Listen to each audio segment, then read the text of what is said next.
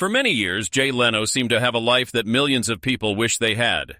Everyone thought they knew the real Jay, but behind all his jokes, the loud car engines, and the bright lights of late-night TV, he was carrying heavy secrets that no one in the audience ever saw. Jay lived a super busy life that was way harder than normal, and he kept a whole second world hidden that asked just as much from him as being on television did. Only now, after something really sad forced the truth out, can we finally hear the whole story. The guy who never stopped going. Long before Jay Leno became the famous face of late-night TV in America, he always felt super restless inside. He was born in 1950 to parents Angelo and Catherine Leno, and grew up in Andover, Massachusetts, where rules and hard work were a big deal at home. His dad sold insurance. His mom was from Scotland. His older brother Patrick later fought in Vietnam and then became a lawyer. But Jay's childhood was mostly about an old garage, a few tools, and loving to take stuff apart just to figure out how it worked. That quiet love for fixing things built the base for the double life he would live later. By the time he was in elementary school, teachers already knew he was different from other kids. His 5th grade report card had a note that sounds like it predicted the future. If Jay spent as much time studying as he does trying to be funny, he would be a huge star. He didn't study more. He just got even more into comedy. At Emerson College in Boston, where he finished in 1973 with a degree in speech therapy, Jay started the school's very first comedy club. What nobody saw was that this club was the start of 2 totally separate lives. During the day, he worked in a garage near school.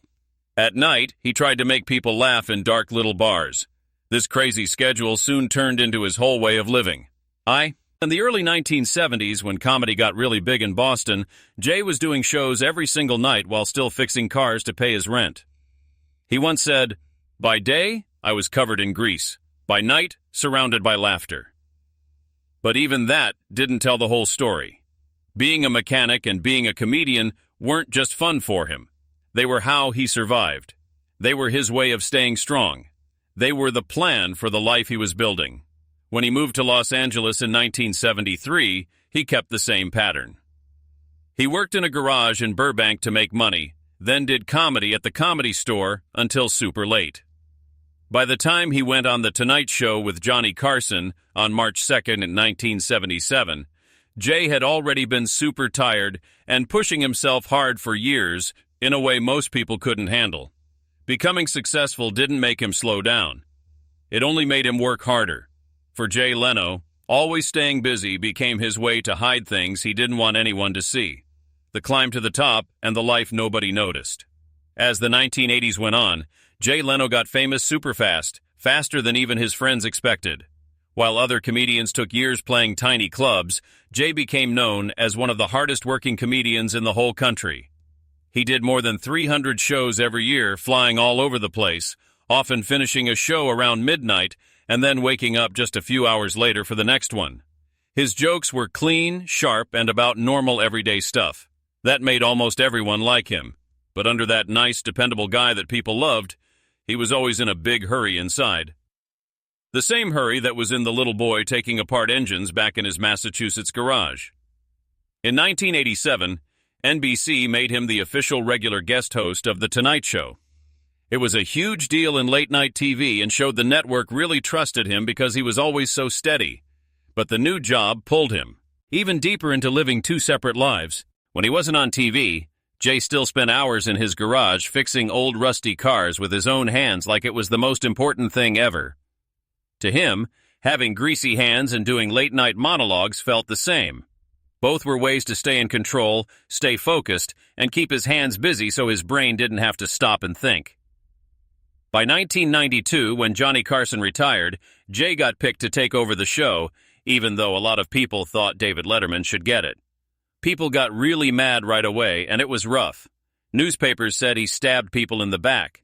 His manager got called a bad guy, and Jay, the quiet comedian who stayed away from drama, suddenly looked like the bad guy of late-night TV. He just did what he always did. He kept working. Night after night, he made his jokes better until people started loving him again. In 1993, NBC gave him a $40 million contract. By 1995, more than 5 million people watched him every night. What fans didn't know was that when Jay became the host of The Tonight Show, his garage life didn't go away. It just got hidden. Every day after filming the show, he went back to Burbank, changed from a suit into overalls, left fame behind, and worked on machines. It was the perfect secret double life. The world saw the famous host, the big star, the guy who never seemed to shake. But in private, even when he was the most famous, Jay still needed the quiet of cars and metal to feel okay. 2 lives, 1 guy, fame, money, and the cars that kept him going. By the late 1990s and early 2000s, Jay Leno was at the very top of American TV. His Tonight Show beat David Letterman in ratings and got millions of viewers every night. All that success made him super rich. NBC made tons of money. Companies fought to advertise on his show, and Jay became one of the most famous faces on television. But while everyone was cheering for him, he kept living a life totally different from what most famous people do. Instead of fancy vacations or giant houses, Jay put all his time and cash into something only his close friends really got. His garage in Burbank, later called Big Dog Garage, turned into a huge place full of amazing machines. Over the years, Jay got more than 180 cars and 160 motorcycles, and he fixed every single one himself, wrote everything down, and drove them too. A lot of them were super rare and old treasures. A McLaren F1 worth more than $20 million. 2 Doble steam cars that used to belong to Howard Hughes, and a 1909 Baker Electric he gave to his wife, Mavis. The collection wasn't just to show off money. It was the other half of who he was, the same kid who took motors apart back in Andover. Jay often said, "Cars are the only thing that make me quiet." And in those quiet times, away from loud crowds clapping, he felt calm in a way show business never gave him. Even when he was doing The Tonight Show, Jay was crazy disciplined. He did stand-up shows almost every weekend, around 150 a year, while still filming the TV show. He only slept about 4 hours a night, never drank alcohol, and he never spent the money he made from The Tonight Show. He lived only on what he earned from stand-up. He liked to joke, "I work and my money relaxes." But behind the joke was something real. Jay's nonstop work wasn't just wanting to win. It was his protection. From the outside, his life looked easy, but the speed he kept was almost not human. And when the show got ready to change hosts the first time in 2009, Jay still seemed like nothing could stop him, running on energy that never ran out. But the same super drive that made him a legend was also pushing him toward a point where he would break, and neither fame nor cars could get him ready for it. Fire, metal, and the crashes that almost killed him. For most of his life, Jay Leno thought that working hard could beat anything. Pain, fear, even getting older. But in November 2022, that idea got tested in a scary way. Inside his huge Burbank garage, where he had fixed old cars for years, a 1907 white steam car turned a normal day into something that almost killed him. While he was checking a clogged fuel line, gasoline sprayed all over his face. Jay knew he was super close to the little pilot flame. One tiny spark was enough. Fire exploded right away and covered his face and hands. He later said it super simply, "My face was on fire. Most people would freak out." Jay held his breath, closed his eyes, and tried to crawl out from under the car, while 10 seconds felt like forever. His friend Dave Kalaki pulled him out just in time and put the fire out before Jay lost his eyes. Paramedics took him fast to the Grossman Burn Center, where doctors saw the burns were way worse than they looked. He had skin grafts using skin from donors and pig intestine, plus time in a hyperbaric chamber. For most people, getting better would take months. Jay left the hospital in 10 days and was doing stand-up shows again 6 days later. It was the same stubborn attitude that always defined him, but also not wanting anyone to see how bad he hurt. Just 2 months later, in January 2023, something bad happened again. While he was testing an old motorcycle, Jay rode down a little road and didn't see a thin wire stretched across it. It knocked him off the bike and broke his collarbone, 2 ribs, and cracked both kneecaps. He went to the hospital again, but he still didn't cancel any shows. He told reporters, "I cracked a few parts, but the laughter is still intact. It sounded tough and funny, but it hid how he really felt.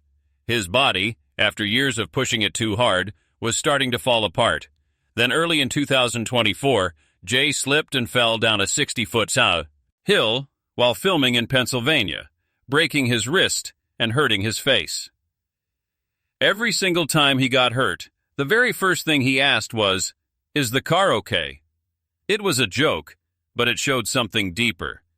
Fixing things and making jokes had become his way to protect himself from falling apart. But under all that toughness, something was changing. Jay Leno could actually break, and soon something really sad would happen that he couldn't fix with jokes or tools. The diagnosis that changed everything. A fight nobody saw coming. Jay Leno had lived through crazy dangers most people only read about. Fire, metal, bad crashes, and a job that needed him to be perfect every night. But the scariest thing that finally made him stop wasn't loud or fast. It came quietly inside his body, a stroke that hit out of nowhere. One night, Jay suddenly couldn't talk right. His team rushed him from the studio to the hospital, and doctors found something he didn't even know he had for years: super high cholesterol and a big blockage near his heart. Unlike the fire or the motorcycle crash, this wasn't something he could laugh about later. It was quiet, you couldn't see it, and way more dangerous. Doctors at the Mayo Clinic explained it clearly. Blocked arteries make heart attacks and strokes much more likely, the kind that can kill you fast or hurt you forever. And now Jay was living on borrowed time. He explained it later with a car comparison only he would use. It's like in a car. One tiny piece of dirt in the jet and boom, no fuel gets through. For him, the dirt was cholesterol and the engine was his heart. He started treatment right away with medicine and a little EKG machine connected to his phone to watch for weird heartbeats. He changed his food a bit, only 1 or 2 sodas a week, no alcohol, no cigarettes, but he said he wasn't super strict. He still loved steak and Italian food. The truth hurt. Even while trying to fix his body, all those years of pushing too hard had left damage no tool could fix. Even with the stroke, the heart blockage, and doctors telling him to be careful, he still wouldn't slow down. Right after the Oscars, when most stars were resting, Jay was back in his garage. He kept touring, doing more than 150 stand-up shows just in 2024. He still slept 4 hours a night, still got up early, still believed working was the only way to survive. The secret double life out in the open, taking care of Mavis, and the goodbye nobody saw coming. For over 40 years, Jay Leno and his wife Mavis had a calm, steady life away from all the crazy fame. They got married in 1980 after dating for 4 years, built a marriage based on being loyal instead of flashy Hollywood stuff, and decided not to have kids. They were happy with their routines, helping causes, traveling, and just being together.